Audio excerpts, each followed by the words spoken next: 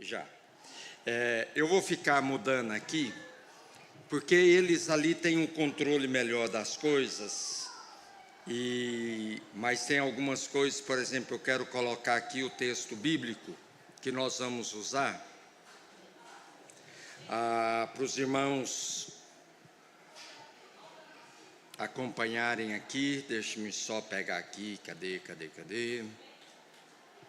Mas aí as coisas aqui não estão como...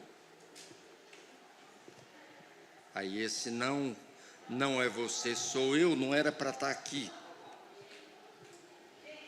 E não sei por que está aqui. Agora eu descobri por quê. Eu só quero colocar o texto bíblico para nós lermos aqui, por causa da questão da versão.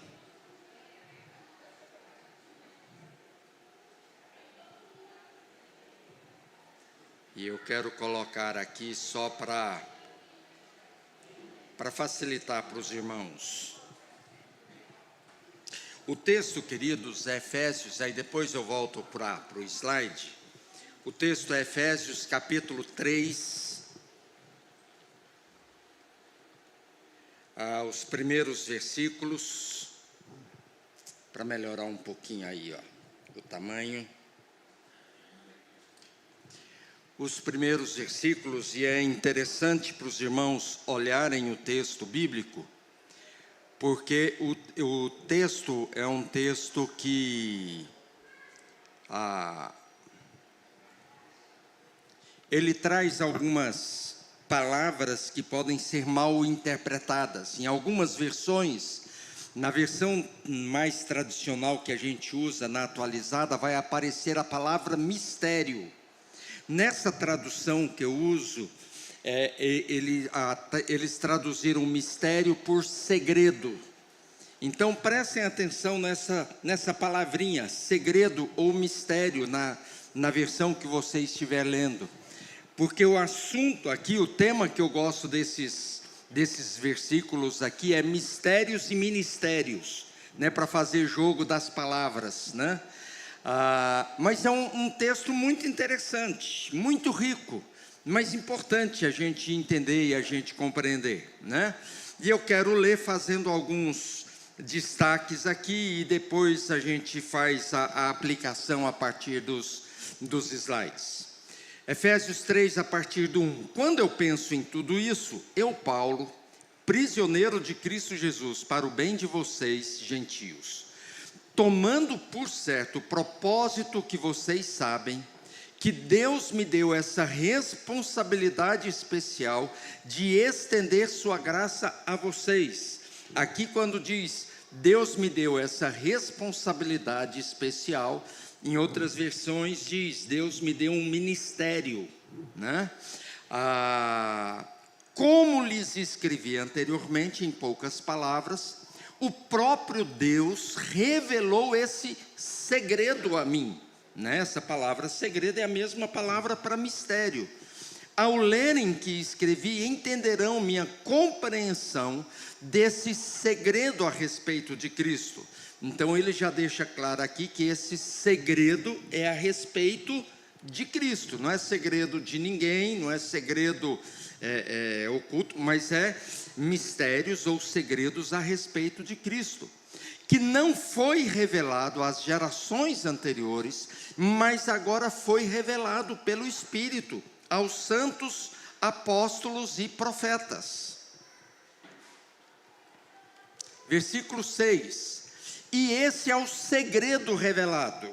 Qual é o segredo? Qual é o mistério? Tanto os gentios como os judeus que creem nas boas novas participam igualmente das riquezas herdadas pelos filhos de Deus.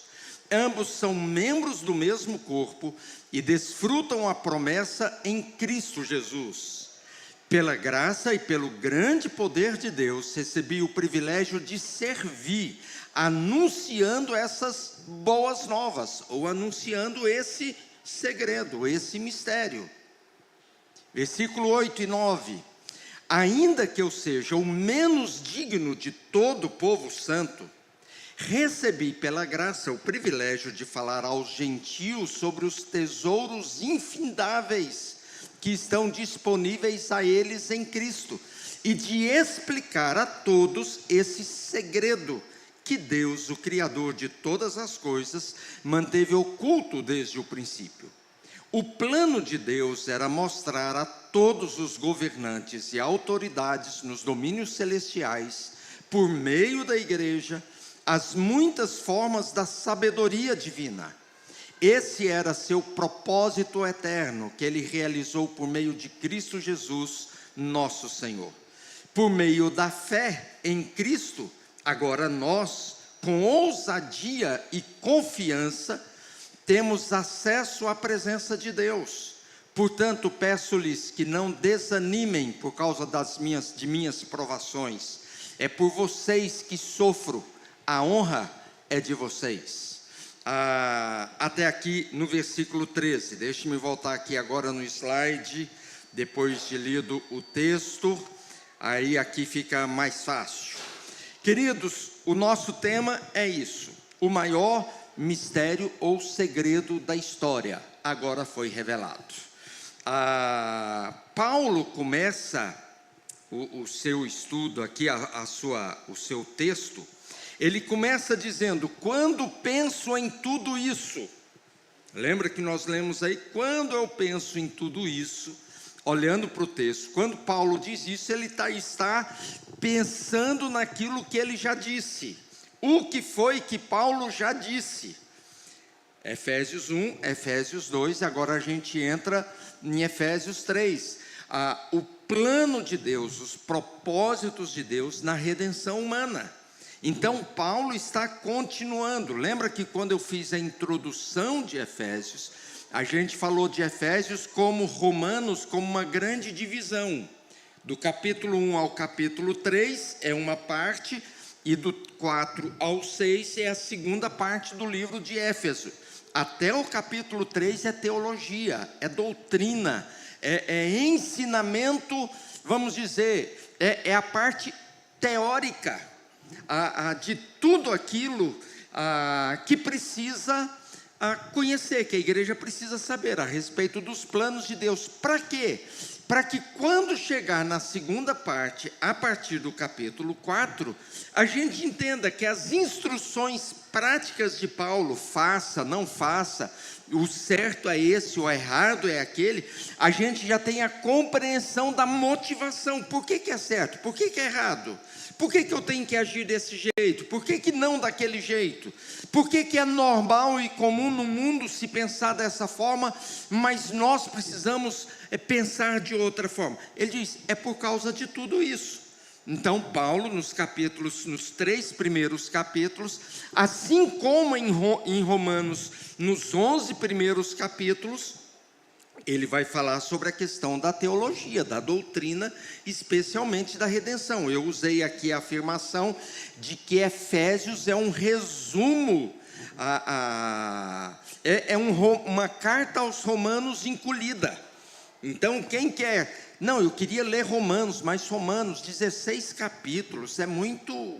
Eu queria ler assim, aquele conteúdo de forma resumida. Leia Efésios. Então, Efésios a gente tem a mesma estrutura dos assuntos, dos temas que são tratados naturalmente, que de forma mais resumida.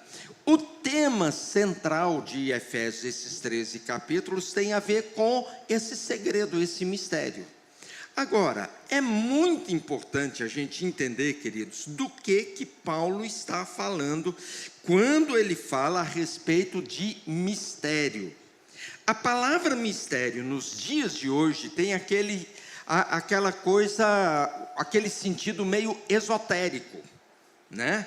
Quem é o dono dos mistérios, revelador dos mistérios? Os magos, os feiticeiros, né? Aqueles que entendem os segredos ocultos da natureza, dos livros mágicos.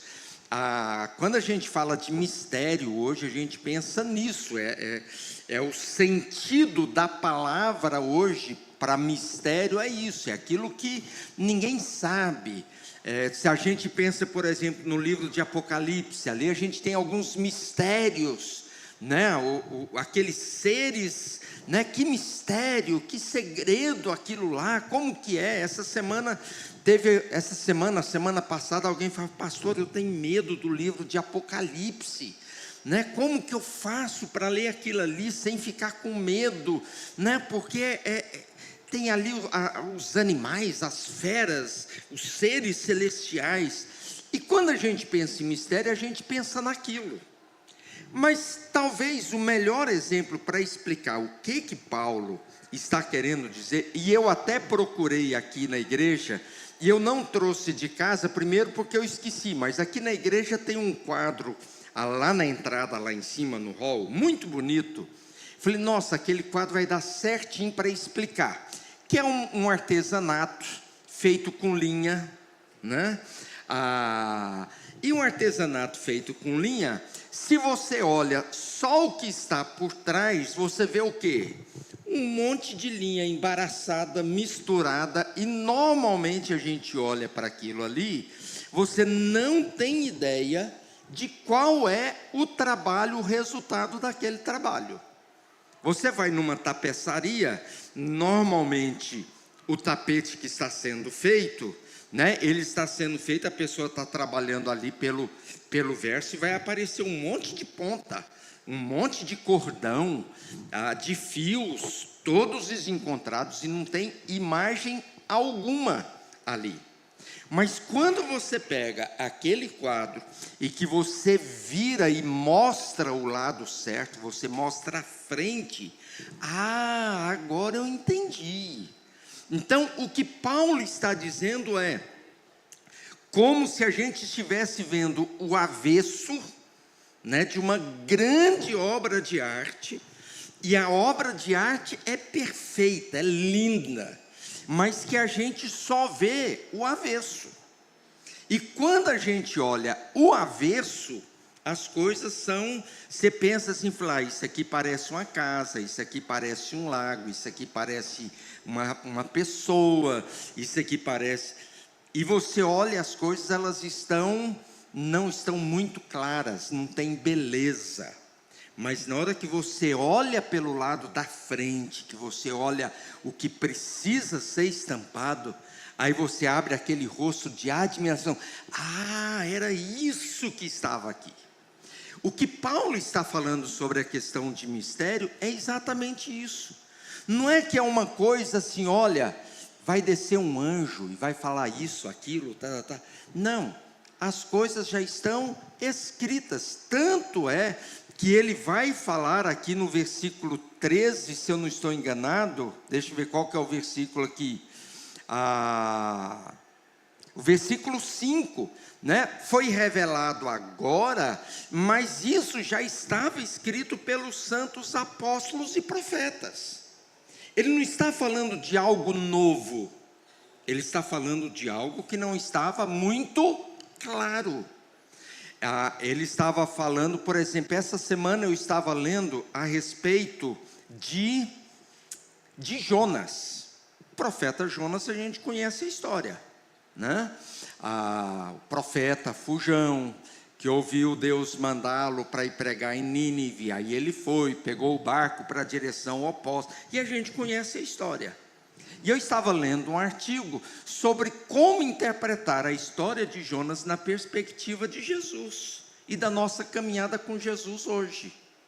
Então nós temos uma história revelada, conhecida, mostrada, mas aí o autor nos chama para dizer, agora olha o outro lado, olha essa história na perspectiva de Jesus. Eu li um outro artigo essa semana também sobre Sansão. Ler a história de Sansão, que é um anti-herói na perspectiva da vinda de Jesus. Então você tem uma história aqui que está dizendo algumas coisas claras ali, é uma história, é um fato. Mas aí quando se abre uma revelação do segredo, usando a linguagem aqui de Paulo, aí a gente diz, era isso que o profeta estava querendo dizer, era isso aqui que mostrava a respeito de Jesus.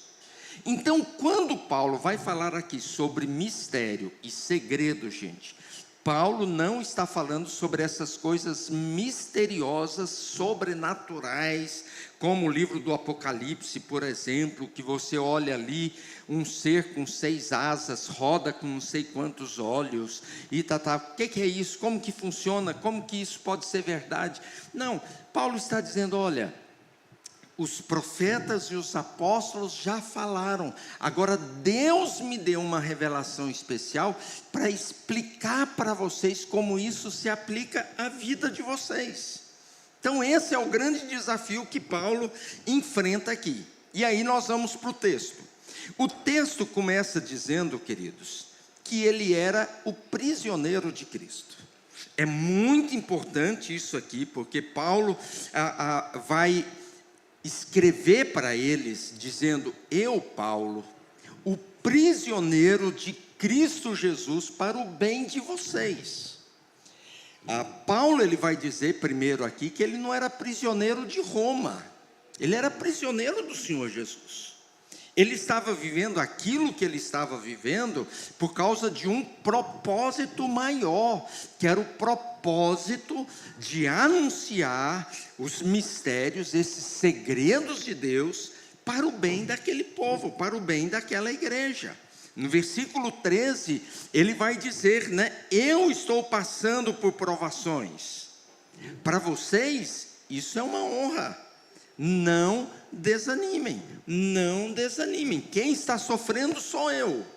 Mas vejam a mensagem do Evangelho como um grande privilégio, como uma experiência de honra, para que vocês permaneçam firmes, para que vocês permaneçam, para que vocês sejam perseverantes naquilo que o Evangelho deseja fazer. Então, o primeiro versículo é essa introdução dizendo, qual que é o meu objetivo? O meu objetivo é falar para vocês de uma revelação de Deus, para que vocês permaneçam firmados nessa manifestação. Deus tem propósitos. Versículo 2, o apóstolo Paulo vai falar a respeito dessa mordomia da graça, ou administração da graça de Deus. E aqui tem a ver com o seu ministério. Eu sou prisioneiro de Cristo Jesus, tomando por certo o propósito que vocês sabem, que Deus me deu essa responsabilidade especial de estender sua graça a vocês.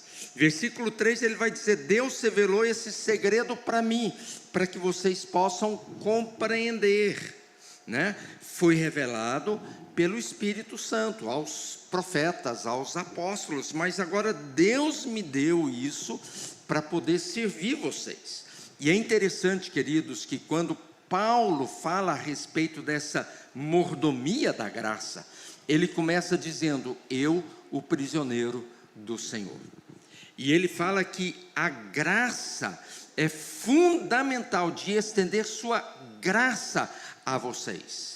Eu fico pensando, queridos, nessa mordomia da graça, como, por exemplo, 2 Coríntios capítulo 8, usamos esse texto domingo passado, quando nós falamos sobre a questão da entrega dos dízimos, que ele fala lá da igreja dos Tessalonicenses, ele diz, eles me pediram para participar da assistência aos santos como graça, como privilégio. Paulo, ele não lamenta a sua prisão, ele não está chorando aqui dizendo eu estou preso, ele diz eu estou sofrendo, mas ele não está lamentando, ele está dizendo, porque a graça de Deus é muito maior do que tudo isso, e ser ministro da graça, essa mordomia da graça, não é apenas privilégio, mas missão. Eu gostei muito da expressão que eu li num dos comentários, que fala sobre isso, a graça como missão, e não apenas benefício, porque a gente olha muito a graça, né? A definição tradicional de graça é o quê?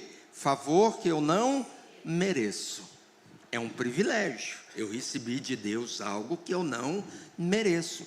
Mas Paulo aqui, ele olha a graça não só como privilégio, como algo que eu recebi, mas ele diz como uma missão, como uma atitude missional de ser útil nas mãos de alguém. Segundo Coríntios 8, Deus me deu a graça de participar da assistência aos santos, ou seja, a missão é uma graça, poder participar da obra de Deus é uma graça, é a graça manifestada em forma de comissionamento. Eu sou privilegiado, é graça para mim, pelo fato de poder ser pastor já há quase 40 anos, poder servir a igreja do Senhor durante esse período. As pessoas até falam: pastor, o que o senhor faz? Eu sou pastor. Não, mas qual que é o serviço do senhor, né? O senhor trabalha de quê, né? Eu sou pastor, né? E Eugene Peterson tem uma frase que diz, que eu gosto muito, a definição de pastor, né? O meu trabalho é com alma, né? É um trabalho diferente, mas é o trabalho. Que privilégio! Graça como privilégio missional, graça como missão, graça de, Paulo diz aqui, graça de poder ir para a prisão por causa de Jesus. E ele diz, é para o bem de vocês, portanto, não desanimem, portanto, fiquem firmes, portanto, perseverem. Eu estou aqui, mas vocês são honrados e abençoados com esse ministério. E aí ele vai dizer que o conhecimento desse mistério só pode acontecer por uma obra do Espírito Santo. O mistério foi revelado pelo Espírito. O segredo, né? O mistério ficou oculto aí por muito tempo, mas agora ele foi revelado, e ele deixa muito claro, foi revelado pelo Espírito Santo aos santos apóstolos e profetas. E versículo 3, o próprio Deus revelou esse segredo a mim. Paulo diz, eu tive o privilégio de receber por revelação a solução do mistério, a solução do segredo. Deus me mostrou de uma forma muito especial e sobrenatural. E aí no versículo 6, o apóstolo Paulo vai dizer, qual é o segredo? Qual é o mistério? Onde que está o X da questão, né? E aí o versículo 5 e 6, queridos, Paulo vai deixar muito claro nesses dois versículos, especialmente no versículo 6. Eu quero ler o versículo 6 novamente, que ele diz, e esse é o segredo revelado. Vou revelar para vocês. Qual que é o segredo? Tanto os gentios como os judeus que creem nas boas novas participam igualmente das riquezas herdadas pelos filhos de Deus. Ambos são membros do mesmo corpo e desfrutam a promessa em Cristo Jesus. O segredo é esse, simples assim. Judeus e gentios são iguais diante de Deus. Isso para nós hoje não parece uma grande novidade, não parece ser uma coisa assim, uau! Mas no contexto de Paulo, isso aqui é revolucionário. É por causa disso que Paulo está preso, é por causa disso que Paulo é perseguido.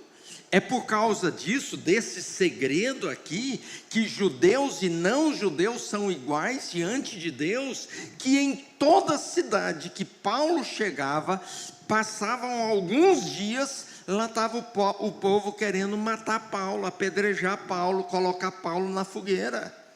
É por causa desse segredo que para nós hoje, como ele foi revelado, não é segredo mais. Mas até que seja revelado, é um grande segredo. Uma coisa que é tradicional na nossa cultura é a revelação do sexo de bebê. E aí faz aquela festa. E aí tem algumas pessoas que são extremamente criativas para isso, né? E aí, como é que é? né? Eu olhei para a Lorraine aqui, a Lorraine mais o Giovanni não conseguiram segurar o segredo nem 5 minutos, né? Já foi quase ao vivo, né? Mas até então, todo mundo ficava, e aí, você acha que é o quê? Menino ou menina? Ah, essa barriga pontuda tem cara de menina, essa barriga desse jeito, o seu nariz é porque é menino, né? A sua orelha é porque... Cada um tem uma interpretação. Mas aí depois que eles colocaram nos grupos da igreja, no Instagram, falou, é o Aleph, Azaf. Olha eu mudando o nome do menino. Eu já fiz isso em batismo, então não estranhem, né? Eu tive um batismo de criança que eu coloquei 3 nomes diferentes no menino, né? E o pai falava e eu entendia errado e na hora eu esquecia. Até velório eu já errei o nome do defunto, gente. Então, é normal para mim, né? Eu não fico nem vermelho mais. Mas aí acabou o segredo. Todo mundo sabe que é um menino. Mas até as pessoas descobrirem, será o que é? Como que vai ser? Menino ou menina? Menino ou menino? Menino ou menina? E fica. Agora, é um segredo em termos de 2 opções. Ou é menino ou é menina. Agora, se você pega o Antigo Testamento, você pega uma cultura milenar, em que o judeu dizia, nós somos o povo único de Deus, privilegiados, não tem ninguém igual a gente. Do mundo todo, Deus olha para nós e só nós somos nota 10. Aí de repente vem alguém e diz, não, vocês estão errados, mudou tudo. Vocês não entenderam o que Deus queria dizer para vocês lá. Mas todo mundo, judeu ou não judeu, é todo mundo igual diante de Deus. Gente, isso era revolucionário naquela época. Por isso, Paulo perdeu a própria vida. Paulo não morreu porque ele anunciou Jesus. Ele morreu porque anunciando Jesus, ele quebrou todas essas coisas. Não havia César, nem César era melhor do que os outros, né? Mas os judeus também não eram melhores do que os outros. Esse é o segredo. E mais do que isso, gente, não é simplesmente uma questão ética e moral. Ele vai dizer, tanto judeu quanto não judeu, somos todos co-herdeiros. Herdeiros, o que é co-herdeiros? Herdamos juntos. O Renato tem uma herança para receber. Aí de repente ele está dizendo, você tem 2 irmãs, né? 2 irmãs. Aí ele vira e diz, quando eu for receber minha herança, eu vou dividir minha herança em 3. Aí de repente eu chego para ele e diz, não, você vai dividir a sua herança comigo também. Quem você? Aí com a Helenise também. Ué, o que vai sobrar para mim? Não, e com o Antônio também. Ué, não vai sobrar nada, daqui um pouco eu estou devendo. E o judeu olhava para isso e diz, eles estão roubando de nós uma coisa que é só nossa. E Paulo diz, não está tirando nada de vocês. Só que não é só de vocês, ninguém vai perder nada. Todo mundo vai receber exatamente a mesma coisa. Mas a herança de vocês vai ser a mesma herança deles. Então, para um judeu, isso era terrível. Ele vai dizer, agora nós somos membros do mesmo corpo. Era como ele dissesse, olha, se agora, todo mundo aqui agora, gente, vai ser palmeirense. Todo mundo aqui agora é torcedor do Palmeiras. Pronto, acabou. Corinthians, São Paulo, Santos, Flamengo, acabou. Todo mundo aqui agora é só Palmeiras, Ana. Acabou. Aí, não vai dar certo. Falar isso para o judeu, falar, olha, o gentio é judeu tanto quanto você. Não, eu não aceito. Não aceito. Ele vai dizer, vocês sabem todas as promessas que vêm da vinda e da chegada do Messias, é promessa para eles também. Esse era o segredo. Mas o judeu aceitava isso? De forma alguma. De forma alguma. Vai dividir a nossa glória com esse povinho. O judeu tradicional naquela época, uma das orações do judeu, o judeu ele orava agradecendo por quem ele era, né? Agradecendo por ele não ser samaritano, né? E agradecendo porque o samaritano ia para o inferno, porque o importante para ele era ele, era ele. E Paulo diz, sabe qual é o segredo? Em Cristo Jesus, essas divisões, elas já não fazem mais sentido. O grande mistério, o grande segredo é que Cristo nos transformou num povo só. Nós somos todos membros do mesmo corpo. Que corpo? Judeu e gentio? Não. Agora estão todos unidos no próprio corpo de Cristo, que é a igreja. Que é a igreja. E a igreja tem esse papel de unir povos de nações diferentes, para que na comunidade do povo de Deus, que agora se chama igreja, não Israel, não Éfeso, não Jerusalém, não Esmirna, mas igreja, corpo vivo de Cristo Jesus, aí a gente tem a possibilidade de olhar uns para os outros e dizer, não importa qual é a nossa, o nosso histórico, o nosso pedigree, não importa isso, o importante é que agora em Cristo Jesus, nós somos um. Pastor, mas isso tudo, só para isso? Para nós é simples, porque a gente já, primeiro que a gente não tem esse senso de nacionalismo como o judeu tinha, né? Como tem até hoje. Olha essa guerra lá do Hamas. Uma das dificuldades não é só uma questão de terra, não é só uma questão ali de posse de um determinado lugar. Como que nós vamos dividir essa nossa herança com o não-judeu? É uma questão aqui, ó, do coração e da alma. Então, para o judeu, isso aqui, gente, é motivo para mandar Paulo para a prisão e para pedir pena de morte para ele. Para nós é muito simples. O que nós precisamos fazer? O que nós precisamos é ter consciência do papel da igreja, de que a igreja não é apenas um apêndice do evangelho, mas é o resultado visível do evangelho no mundo atual. Assim como a fé de Abraão fez surgir um povo, uma nação, a fé de um povo em Cristo Jesus fez surgir a igreja, um novo povo, o povo de Deus, que Paulo vai definir como corpo vivo de Cristo Jesus. Dá para entender a diferença, e dá para entender assim, não o papel, mas a força dessas palavras de Paulo, desse segredo de Paulo. Versículos 7 e 8, o apóstolo Paulo vai falar sobre o seu papel, né? Esse é o segredo revelado, né? Versículo 7, recebi o privilégio de servir anunciando essas boas novas. O papel de Paulo, anunciar essa boa notícia, anunciar esse grande mistério da parte de Deus.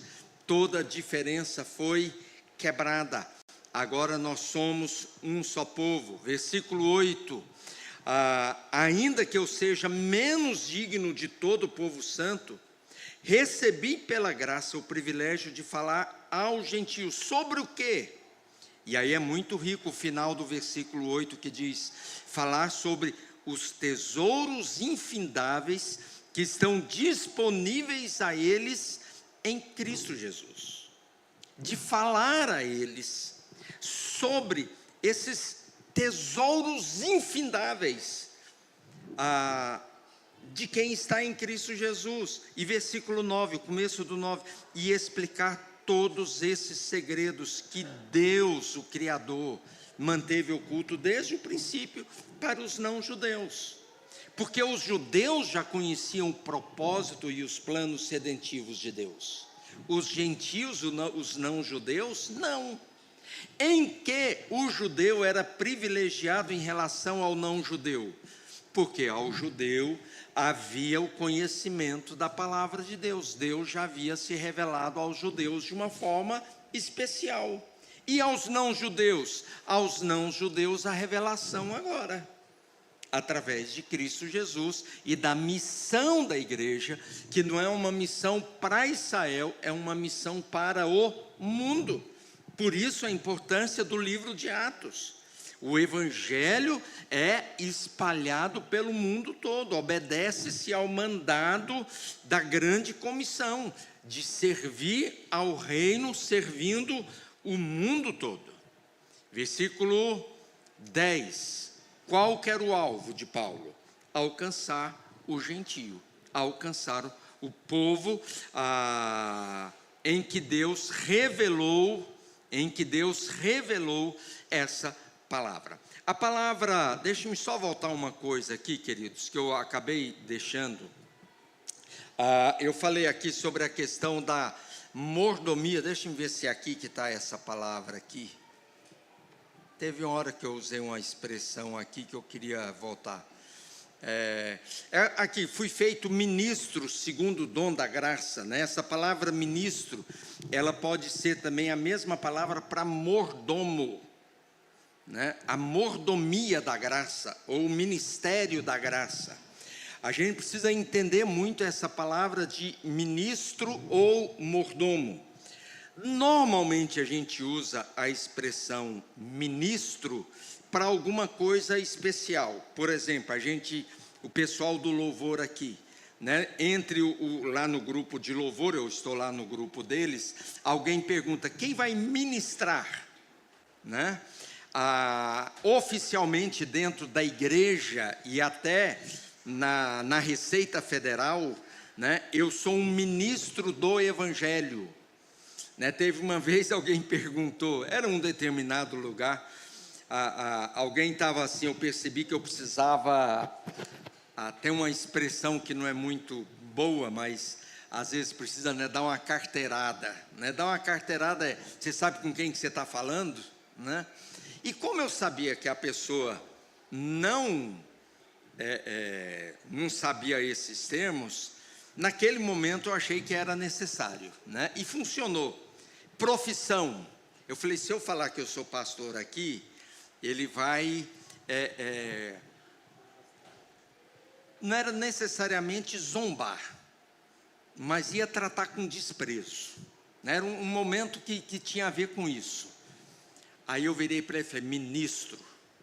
Na hora que eu falei a palavra ministro, a pessoa, não, pois não, sim senhor, tal, né? Não falei mais nada. Mas você mentiu? Não. Eu só falei que eu era ministro, né?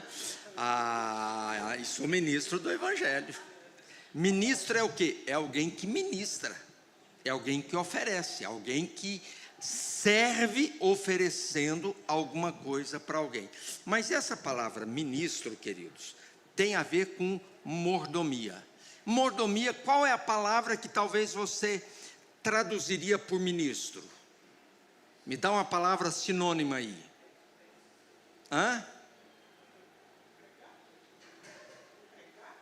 Empregado, sim. Tem uma outra palavra mais comumente usada no nosso contexto. Servo. É um servo. Ministro é um servo. Ministro é um mordomo. É alguém que não é dono nem de si e nem do trabalho que faz. Ele está ali apenas para servir. Ele está ali apenas para servir. De vez em quando eu vejo propaganda, né, de hotéis. Eu amo ver, eu gosto de sofrer, né? Então eu fico olhando aquele programa de televisão, né, Hotéis Incríveis. E aí de vez em quando você vê lá e diz, e cada hóspede tem o seu próprio mordomo, né? Eu falei, olha que coisa chique, imagina ter o próprio mordomo, né? Mordomo é isso, é alguém que está ali para servir. E Paulo diz, eu sou um ministro, eu sou um mordomo da graça de Deus.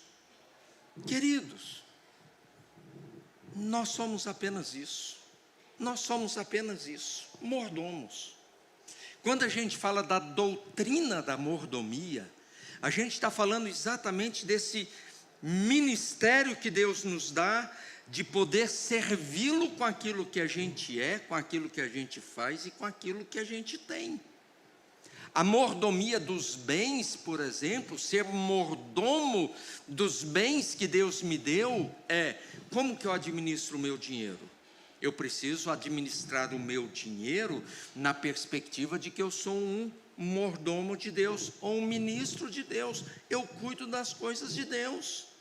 Quando a gente fala de mordomia de dinheiro, a gente não fala só de dízimo, não é só dízimo, mas é entender que o dinheiro que Deus nos deu, por exemplo, ele é de Deus. E aí, vou dar um exemplo aqui.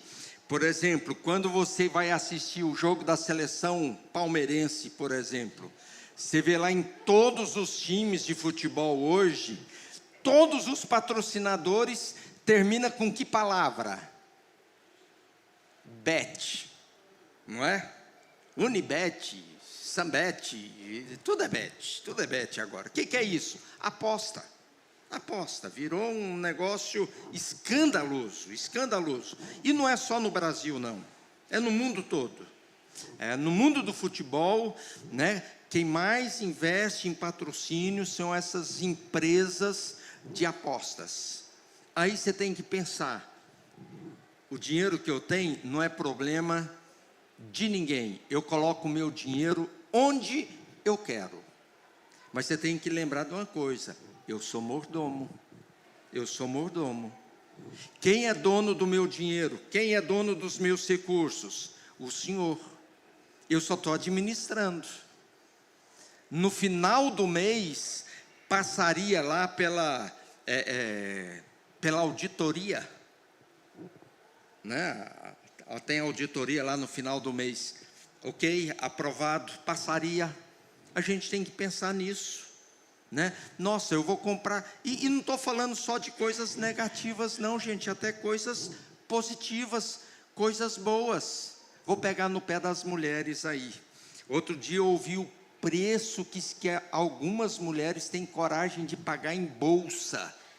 Gente, eu vi, eu gosto, quando eu vou para São Paulo, especialmente na volta, eu gosto de passar ali no Catarina. Eu já falei que eu gosto de sofrer, né? Então eu passo ali no Catarina.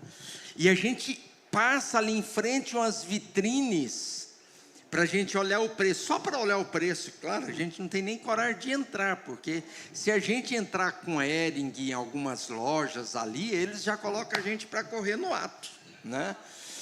Gente, é um negócio absurdo. Outro dia eu vi um terno lá, falei, vou ver esse terno, bonito esse terno, né? Eu olhei lá o negocinho, dava para comprar uns 3 carros do que eu tenho. Falei, não é possível um negócio desse, né? Aí eu fico pensando, é errado comprar um terno desse preço? Se a pessoa tem dinheiro, claro que não. Mas será que passaria na auditoria? Né? Por quê? Porque eu sou mordomo do que Deus me deu. É errado fazer? Não, necessariamente não. É pecado comprar um terno de 2 milhões? Não, não é pecado se você tem o dinheiro. O que a gente ouve, né? O dinheiro é meu, você não tem nada a ver com isso. Mas aí esse está o detalhe, o dinheiro não é meu. O dinheiro não é meu. O dinheiro tem dono. Eu só sou mordomo, eu só sou ministro de Deus, ministro da economia do reino de Deus. Mas eu estou ali para servir. Dá para entender quando Paulo fala sobre ministro, ministro da graça, mordomo da graça. Eu estou aqui para servir aquele que é o Senhor da graça. E nesse serviço da graça, qual que é o objetivo? Alcançar os gentios. É levar o evangelho, as insondáveis riquezas de Cristo para aqueles que não o conheciam. Esse era o grande propósito do ministério do apóstolo Paulo. Levar as riquezas inimagináveis de quem Cristo é e do que Cristo fez para aqueles que não estavam fora da graça de Deus. A semana passada nós vimos sobre isso, né? Sem Deus nós éramos, aliás, antes de Cristo, nós estávamos sem Deus, sem esperança, afastado das alianças, das promessas de Deus. Mas agora não, nós podemos conhecer as riquezas da graça de Deus, né? E Paulo vai trabalhar então na questão do conhecimento da sabedoria de Deus. Como é que Deus age? No versículo 10, ele vai citar exatamente isso. A gente precisa falar dessa sabedoria manifestada das formas mais diversas em favor daqueles que ainda não são. E aí, um comentarista, ele usa essa expressão que eu gosto muito, que a igreja precisa entender o seu papel no mundo. Que Deus tem ele usa a expressão, né, o que eu gosto é dessa palavra, né, um palco cósmico, né, para que Deus seja glorificado, para que Deus seja honrado. Hoje a tecnologia nos permite muitas coisas. Uma delas é a gente conhecer o universo, por exemplo. Porque a gente achava que o universo era desse tamanhozinho, né? Quando foi Copérnico que falou que ou era Galileu que falava que a Terra não era o centro e era o Sol. Foi Copérnico ou Galileu? Galileu, obrigado. Quando foi falar, não, a Terra não é o centro do universo, é o Sol. Isso foi um escândalo. O Papa, inclusive, como é que fala lá quando deixa de ser católico? Foi excomungado, literalmente. Foi condenado à fogueira por causa disso. Hoje, por causa da tecnologia, a gente sabe que a galáxia, nós não estamos nem falando mais de planeta, são bilhões de galáxias. Nós não estamos falando nem de planeta Terra, nem de Sol, né? A galáxia, a nossa galáxia láctea, ela é pequena, é uma entre bilhões, bilhões e bilhões de galáxias que a gente não tem nem ideia, né? A questão de espaço, que a gente achava que era um negócio assim tão resumido, tão limitado. Hoje a gente ouve falar aí de bilhões e bilhões e bilhões de anos-luz, né? Porque essa dimensão, né, que a forma de traduzir são bilhões de anos-luz. O que isso significa? Que para a luz chegar lá do último lugar conhecido, vai demorar bilhões de anos para chegar até aqui. Significa, gente, que tudo é muito distante, é muito grande. Agora, tudo isso é o quê? A igreja tem que anunciar que Deus está agindo nesse cosmos, nesse universo. Deus não está só aqui. A igreja errou por muitos anos, por muito tempo, de achar que Deus está aqui dentro desse quadradinho, ó. Que Deus está aqui, ó, só aqui. A gente precisa olhar para essa presença de Deus para o cosmos, para o universo. Deus foi quem criou isso tudo. Por isso que é tão importante a doutrina da criação, de que o mundo foi criado por um poder pessoal que nós chamamos de Deus, uma pessoa, não foi uma explosão. Aí explodiu tudo e tudo caiu tão bem organizado. Gente, precisa de muito mais fé para acreditar nisso do que acreditar num poder pessoal de Deus de criar e dizer tudo vai estar em ordem. E a gente precisa renovar essa nossa confiança nessa sabedoria de Deus, em declarar, em falar, em fazer, em manifestar a sua vontade, os seus decretos em todas as coisas.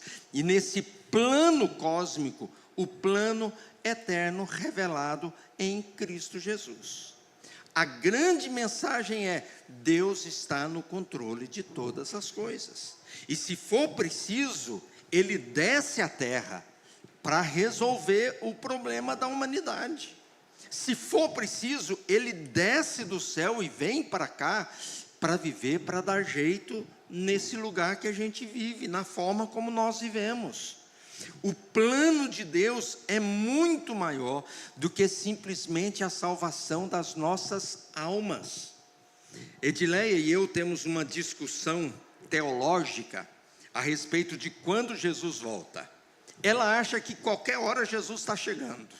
Isso aqui é só opinião, tá, gente? Não tem nada bíblico.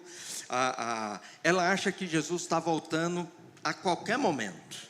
Eu acho que Jesus ainda vai demorar muito tempo para voltar. Mas é só uma questão de opinião. Aqui não é uma questão de certo e errado, até porque a Bíblia deixa em aberto isso e diz que ninguém sabe. É só uma questão de opinião. E essa semana, ela sonhou que Jesus estava voltando. Aí ela acordou feliz, alegre, falou: amor, você não imagina, o negócio é lindo demais, vai ser um negócio assim. E ela estava me contando do sonho dela, né? A árvore crescendo no deserto, cada flor nessas árvores tal. Falei: amor, descreve esse sonho, é bonito esse negócio para a gente falar, né? Eu queria que ela descrevesse. Hoje com a inteligência artificial dá para a gente criar um vídeo, né, com uma descrição dessa, né? Aí ela virou e falou: viu, eu estou te falando que vai ser logo. Eu falei: não, no sonho você só sonhou o que vai acontecer com as árvores, mas não falou quando que vai ser, né? Mas o que eu achei interessante no sonho dela é que o que ela sonhou ali foi com o deserto florescendo. O deserto florescendo, as árvores brotando no deserto, diz que com flores imensas. Ela disse que nunca viu flor tão grande, tão bonito como aquelas, né? E quando a gente fala do plano eterno de Deus em Cristo Jesus, envolve o universo. Romanos 8, a natureza aguarda a volta de Jesus para ser restaurada. Não é só salvação de alma, não. A nossa alma já está salva em Cristo Jesus. Mas nós estamos falando de uma redenção cósmica. E Paulo está dizendo: o judeu participa disso e o gentio também participa disso. Por isso, o grande mistério. Deus se revelando aos judeus e aos não judeus, dizendo: é para todo mundo, é para o mundo todo. Isso nos leva à ousadia do acesso até a presença de Deus. Versículo 12: por meio da fé, agora nós com ousadia e confiança. Duas palavras muito próximas no Novo Testamento: ousadia e confiança. Na verdade, as duas palavras, elas podem ser traduzidas como confiança. A palavra ousadia no grego é a palavra parresia. E a palavra confiança é a palavra pistel, parece pastel, né? É fácil decorar por causa disso, né? Pistel. São duas palavras que dizem a mesma coisa, sinônimas aparentemente, mas a palavra parresia tem a ver com essa questão de algo muito maior do que apenas alguma coisa que está aqui no meu coração. Ela vai extrapolar aquilo que é natural, vai extrapolar aquilo que os nossos olhos são capazes de ver. E isso nos leva, queridos, a uma vida e a um compromisso de oração.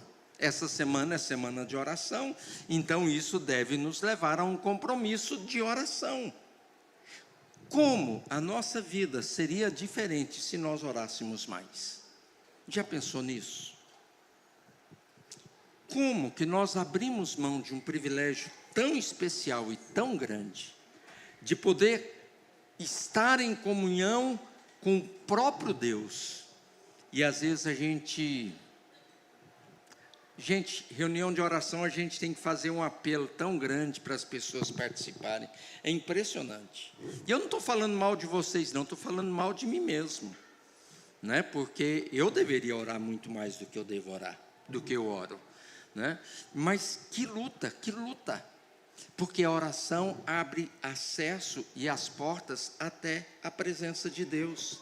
A Bíblia é muito clara em dizer que as nossas orações, elas são colocadas diante da presença de Deus, como oferta para Deus. Você já imaginou, gente, que se você quer agradar alguém, você dá um presente? Você quer dar presente? Provérbios vai falar sobre isso, né? Sobre a questão de dar presente, né? O quanto isso é bom nas relações humanas. Mas na nossa relação com Deus, Deus diz, lá no trono, o que chega diante do trono são as nossas orações, e elas são guardadas, até que no último dia é aberto esse pote de oração, e as orações são oferecidas a Deus no último momento de adoração e de celebração. E aí o desafio para nós orarmos mais. Sofrimento que traz glória, né? Sofrimento que honra, é o caso do apóstolo Paulo aqui na prisão. Não desanimem por causa das minhas tribulações. Às vezes quando a gente passa por dificuldade, eu falo que a dificuldade, gente, nunca nos deixa iguais. Ou a dificuldade nos torna piores ou melhores, mas a gente nunca sai da dificuldade igual. Ou ela nos aproxima de Deus, ou ela nos distancia de Deus. E Paulo diz para aqueles irmãos, não desanimem, porque eu estou na prisão. Quem está sofrendo sou eu, mas não desanima porque eu estou sofrendo, não. Permanece firme, né? E aí a gente tem que lembrar que nós somos o povo da cruz de Cristo. Eu gosto muito quando lá não lembro agora se foi no Egito, esqueci o nome do movimento lá, islâmico lá, que matou aqueles 21 homens, né, na praia, né, que eles foram degolados com transmissão ao vivo, né? A palavra deles lá diz, nós queremos acabar com o povo da cruz, nós somos o povo da cruz, né? Eles são o povo da meia crescente, né? Nós somos o povo da cruz. A cruz é o caminho daqueles que andam com Jesus, né? E aí, nesse propósito de Deus na história, queridos, a igreja é um elemento fundamental, é central. O reino de Deus é manifestado não apenas na igreja, mas através da igreja. E aí a igreja precisa viver um papel fundamental no mundo que a gente vive. O ano que vem nós vamos ter eleições no nosso país. E época de eleição, especialmente essas eleições aí para presidente, governador, gera uma confusão no meio da igreja, né? Porque crente não pode votar nesse, é um absurdo crente votar naquele, e a gente vive esse negócio. A gente tem que lembrar de uma coisa, a igreja é muito maior do que tudo isso, muito maior do que tudo isso. E lógico que a igreja precisa ter consciência política, e a igreja precisa, ou pelo menos precisava, participar de forma mais madura da vida política do país e da cidade. A gente precisa ter essa consciência desse papel central de Deus na cidade e no país. Nós não estamos aqui só para dirigir culto, não, gente, é muito mais do que isso. Nós estamos aqui para dizer, Deus age no mundo, Deus age na sociedade, e a igreja é a voz profética de Deus para o mundo. Qual que é certo? A igreja, vou usar uma expressão que é comum, a igreja é de direita ou da esquerda? A igreja é de direita ou de esquerda? Nenhum dos dois. Nenhum dos dois. Gente, a igreja está aqui. A discussão ideológica, direita e esquerda, está aqui, ó. Nós não devemos nos submeter nem a isso e nem aquilo. A igreja é muito maior do que isso. Nós precisamos defender o quê? O que a palavra de Deus defende. Mas isso aqui é de direita, não tem problema.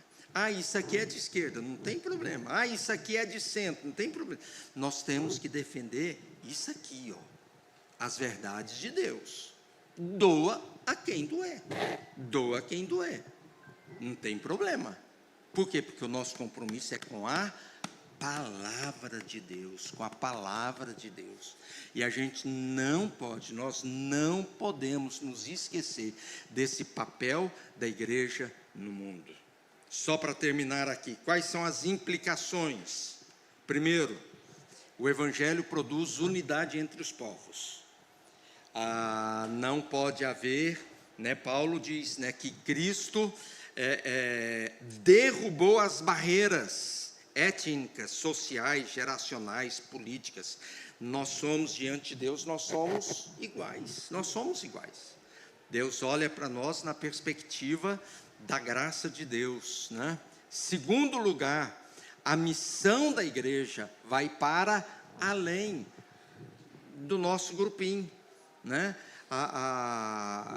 A missão de Deus em Botucatu é muito maior do que apenas a gente ficar preocupado com a nossa própria igreja.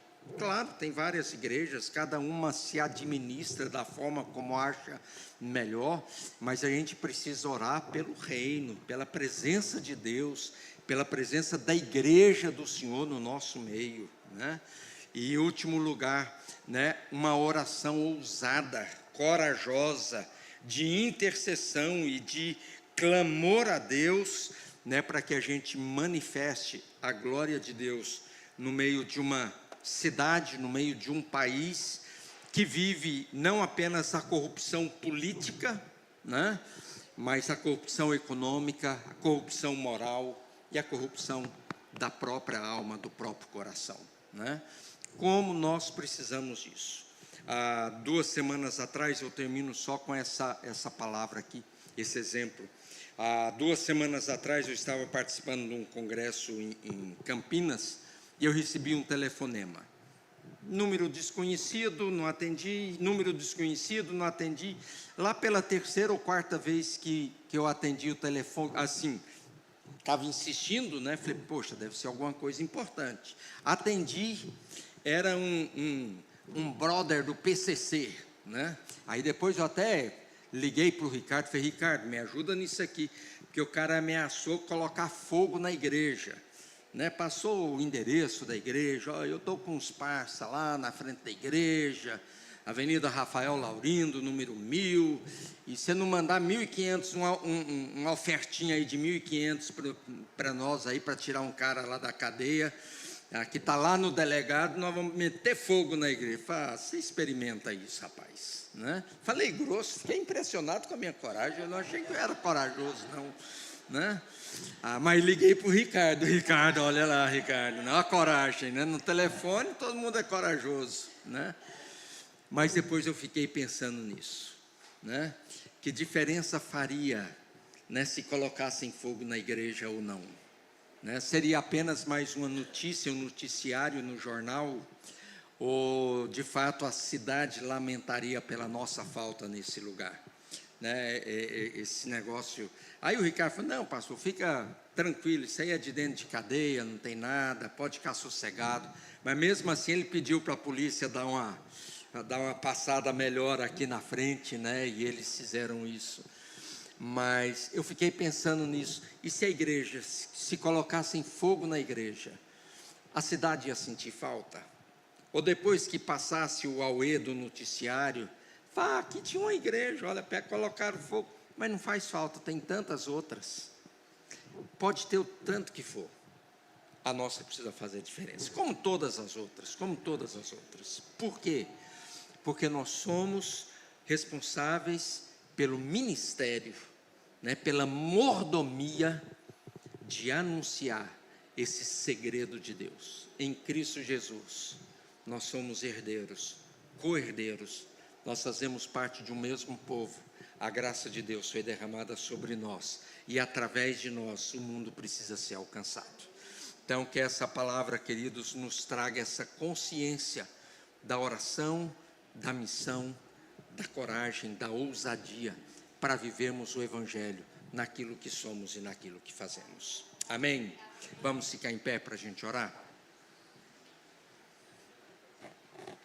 Nós te louvamos, Deus, porque em Cristo Jesus nós somos o teu povo, Reconhecemos, ó Deus, de que não somos melhores do que ninguém mais. A única diferença é que o Senhor abriu a nossa mente, o nosso coração, para termos consciência e conhecimento de que o Senhor é o Deus do universo, do cosmos. O Senhor está no controle de todas as coisas. É o Senhor quem governa a história humana. É o Senhor que faz com que as coisas aconteçam ou deixem de acontecer. É o Senhor que já colocou o prazo final na existência da própria humanidade. E de que o universo um dia será atingido por tua graça e por teu poder de uma forma tão extraordinária, que haverão e surgirão novos céus e nova terra.